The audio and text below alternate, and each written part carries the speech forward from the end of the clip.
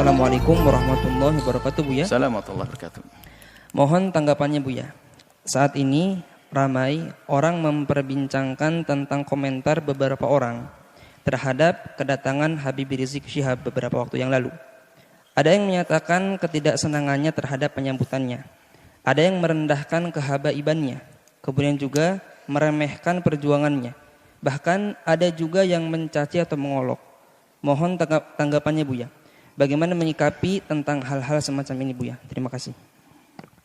Bismillah. Kami akan menjawab. Pertama, kami bukan orang FPI. Harus tahu itu. Saya bukan anggota FPI. Kemudian setelah itu, yuk kita pandang segala permasalahan dengan akal yang jernih dan hati yang tenang. Pertama adalah kedatangan Habib Rizik disambut oleh orang sebanyak itu kemauan umat, bukan rekayasa, bukan dibayar mereka. Ayo, Anda posisi seperti saya, adil, Anda tidak di FPI dan tidak jadi musuh FPI. Anda berada di tengah-tengah, ayo.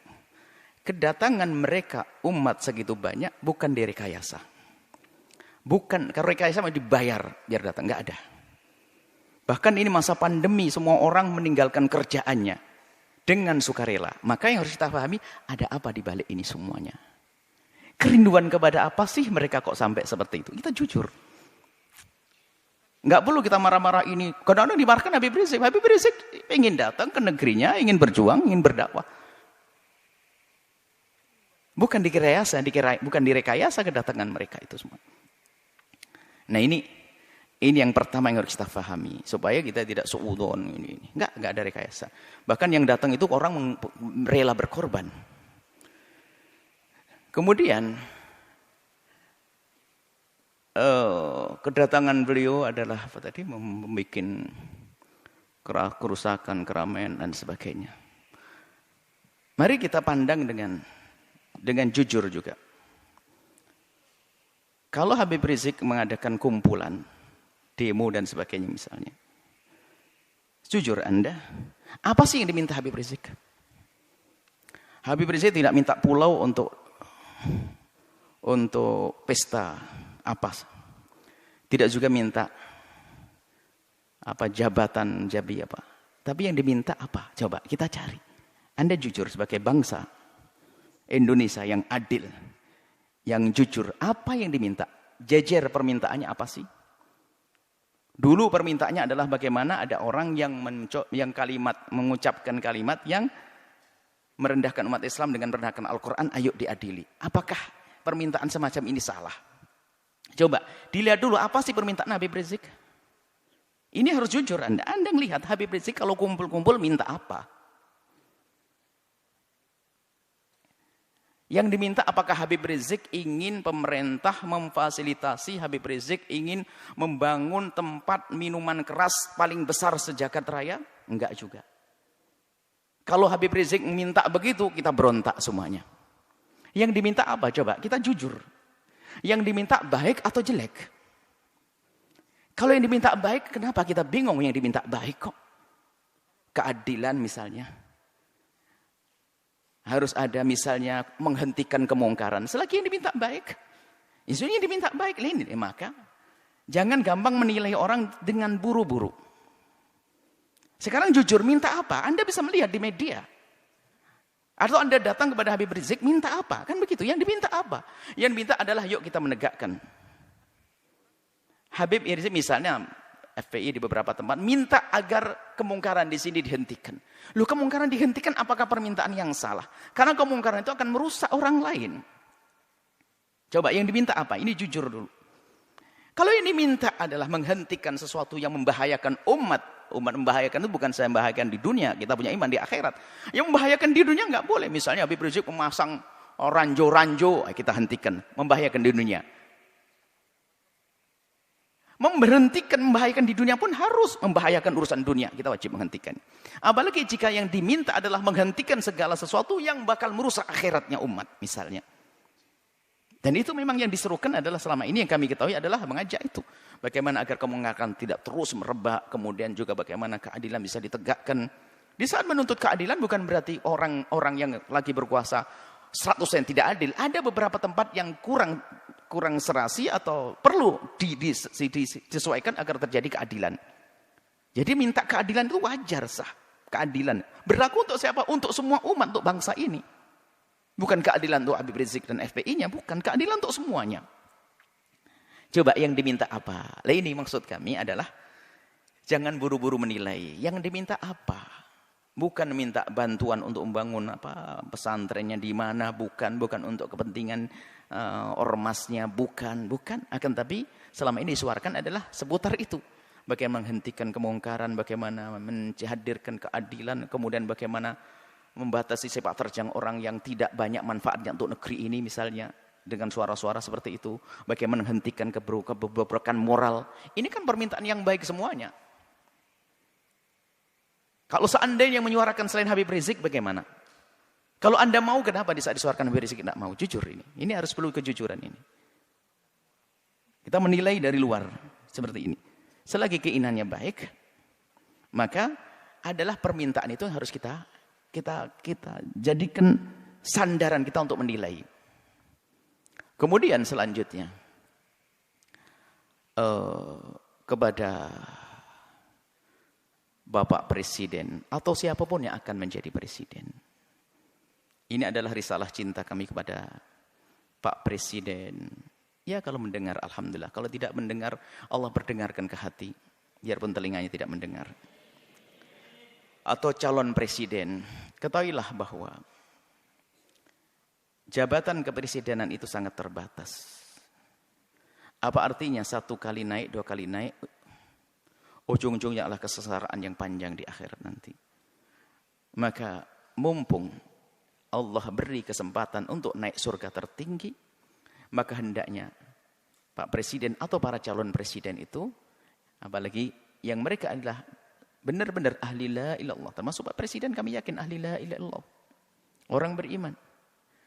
Perhatikan keimanan tersebut. Jadikan jabatan presiden ini adalah untuk selamat di akhirat.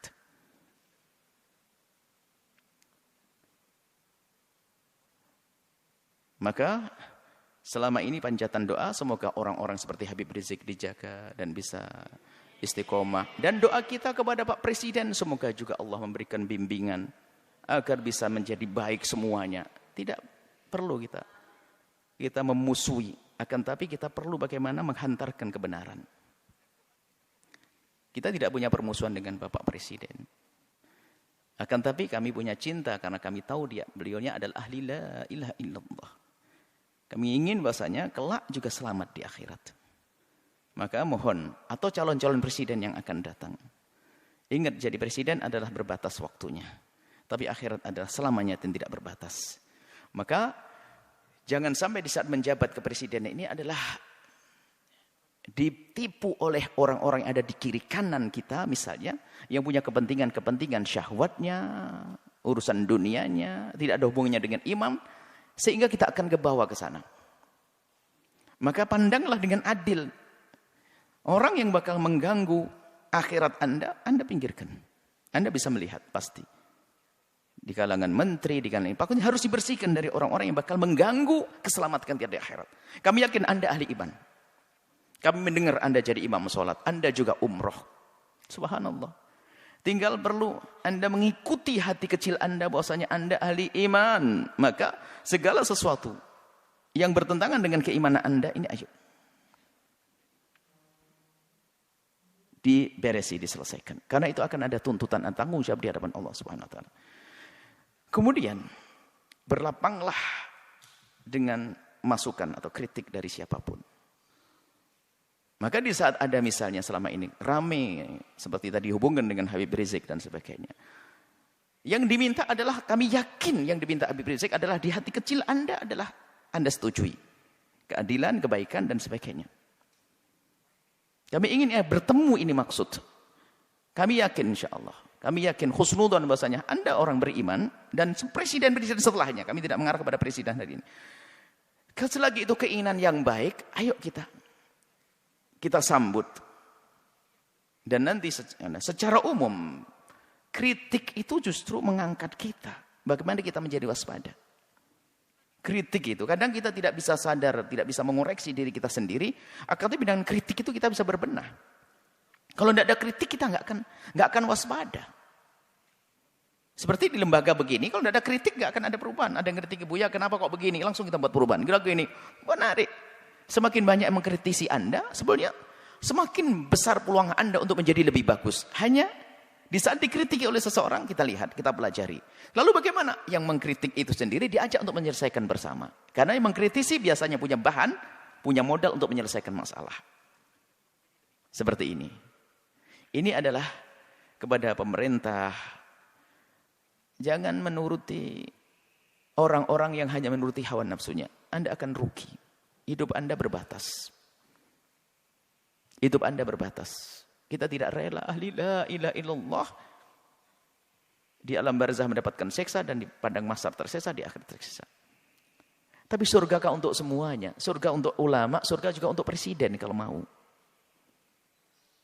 Inilah, maka kalau seandainya kesadaran semacam ini hadir, nggak akan ada ontran-ontran semacam ini. Semuanya aman tentram.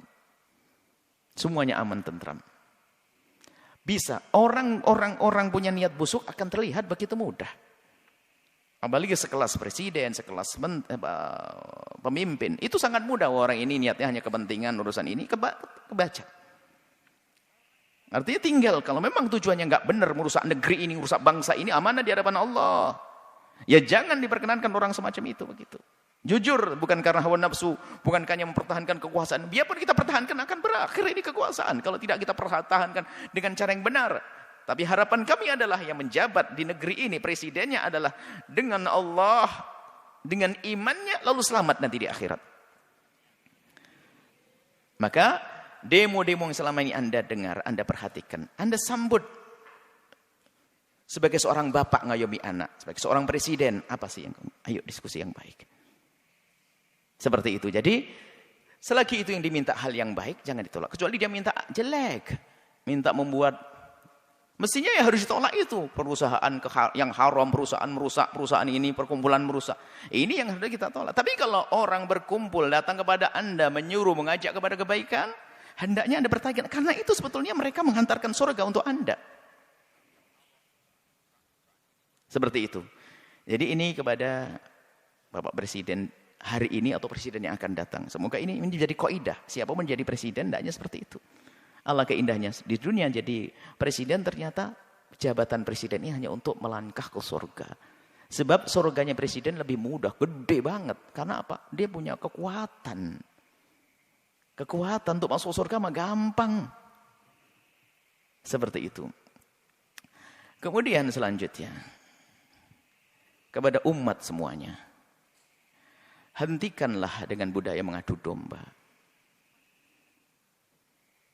Habaib diadu domba dengan habaib, habaib dengan ulama, ormas dengan ormas. Hati-hati, ada Allah.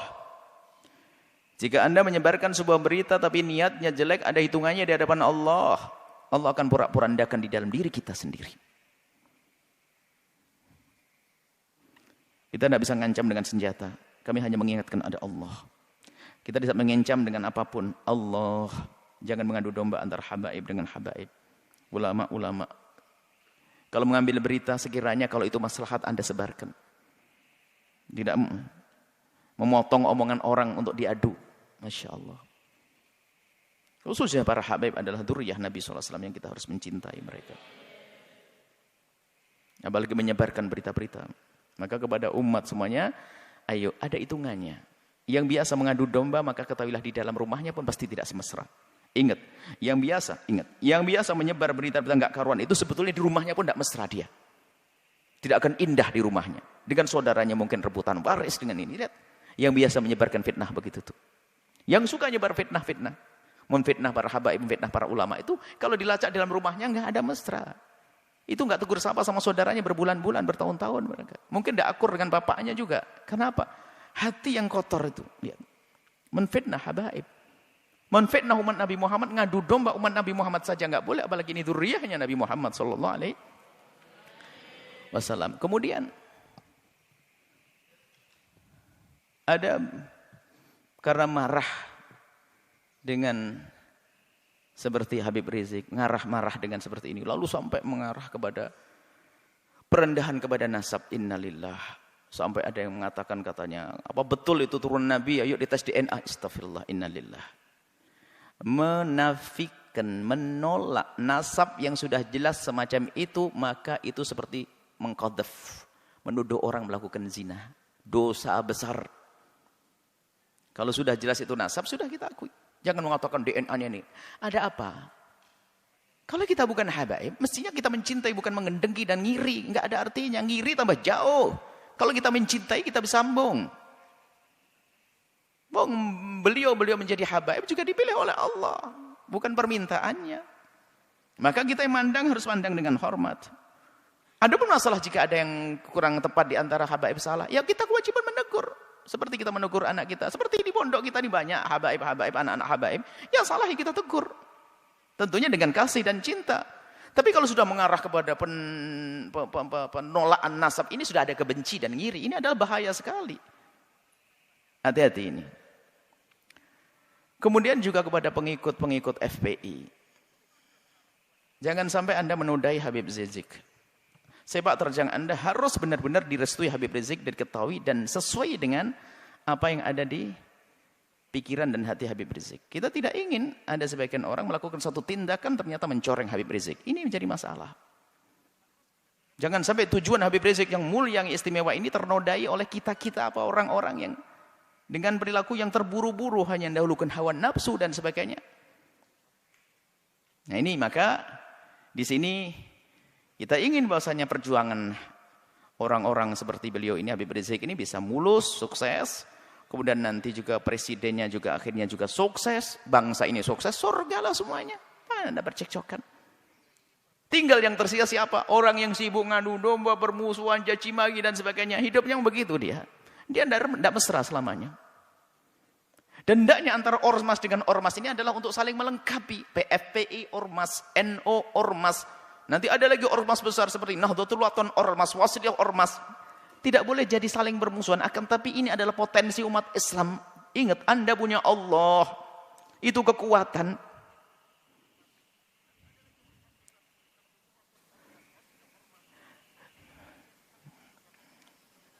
Semoga Allah menjadikan kita juru damai di negeri ini. Yang berjuang semoga diberi keikhlasan. Yang punya kebencian dengan pejuang-pejuang semoga diberi kesadaran dan diampuni oleh Allah. Pejabat-pejabat semoga dimulai dari presiden sampai bawah semoga Allah berikan hidayah, bimbingan. Sehingga semuanya kita ini selamat. Tidak boleh kita mengharapkan orang celaka masuk neraka. Enggak. Kita harus merindukan mereka. Nah, kalau semuanya atas dasar ini semuanya, kesadaran rindu kepada Allah, menganggap kebenaran sebagai kebenaran, maka semuanya akan beres. Yang menjadi masalah adalah kita dikuasai hawa nafsu. Kita tahu itu kebenaran hanya karena bertentangan dengan kepentingan pribadi saya, maka saya tolak. Enggak. Muncul kebencian-kebencian dengan para ulama, kebencian kepada para habaib, na'udzubillah. Adapun orang yang membenci Islam itu memang selalu ingin merusak Islam, itu urusan mereka dengan Allah, ada hukumannya nanti di akhirat. Jadi maksud kami mulai dari berbicara tentang Habib Rizik sampai terakhir pengikut Habib Rizik, dan juga di dalamnya ada presiden, di dalamnya ada orang yang mempertanyakan nasab. Ayo, yang salah dalam rentetan cerita ini, ayo kita sadar diri. Kita ingin tentram damai. Tentram damai, jangan ada permusuhan, ya. Kita dengar kalau itu kebenaran sebagai kebenaran. Jangan sampai kita ini adalah mendahulukan hawa nafsu kita. Ingat nasihat mulia dari guru mulia. Kalau ingin berbicara, kalau ingin melangkah, kalau ingin berfatwa, kalau ingin mengeluarkan sebuah statement atau apapun, ukhruj min hadzi nafsik. Keluarkan dari kepentingan hawa nafsumu. Hawa nafsu jabatan, hawa nafsu tahta, hawa nafsu. Kalau kita bebaskan itu, maka kita bisa ngomong jujur dan adil nanti insyaallah. Dan tentunya setelah itu minta bimbingan kepada Allah Subhanahu wa taala dan kepada semuanya. Kami mulai dari Habibana Rizik sampai kepada pengikut-pengikut beliau, Pak Presiden dan sebagainya. Kami mohon maaf sebanyak-banyaknya jika kami ngomong di apa yang kami sampaikan ada menyinggung perasaan nyakit hati. Ketahuilah bahwasanya nuhibbukum jami'an, kami mencintai semuanya. Harapan kami adalah setiap kami bertemu dengan semuanya ini adalah semuanya saling senyum, saling pandang dengan penuh kasih sebagai muqaddimah pandangan kelak di surga bersama Nabi Muhammad SAW. Tegakkan kebenaran, keadilan, hentikan kemungkaran. Yuk kita menuju Allah Subhanahu wa taala. Wallahu a'lam bissawab.